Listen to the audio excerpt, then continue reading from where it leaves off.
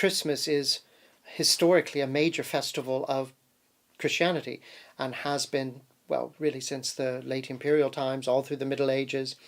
And we associate its modern version very much with the Victorian period and things like that. But Scotland and some other places in Europe as well didn't do Christmas. And largely these were places that were associated with Calvinism.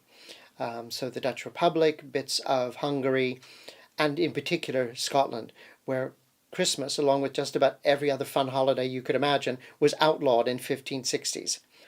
The church took the view that this is a Catholic holiday, which at its root is actually a pagan Roman holiday, so we're having none of it. As you can imagine, the population's response to being told they couldn't have fun when they were used to having fun, particularly in Scotland in the middle of winter, didn't go down well at all. And it's not just Christmas. We think of Christmas as a sort of a standalone holiday. In Scotland, you have to think of it as part of a bigger period of holiday called Yuletide, which really is starting with midwinter, going through Christmas, and finishing up with Hogmanay. And that whole period was a period of almost continuous partying. And you can imagine why people don't want to stop doing that. But also why people in power don't want it to stop, because one of the things you do to show your power and your wealth is, in effect, you throw parties. And that's for your, not just your friends, but also your wider neighborhood. So part of what's being banned is not just the partying, but the chance for people of status to show their power, their wealth, their philanthropy, and everything else like that. So it's not just the drinkers and the dancers who are mad, it's the people throwing the parties who are mad as well.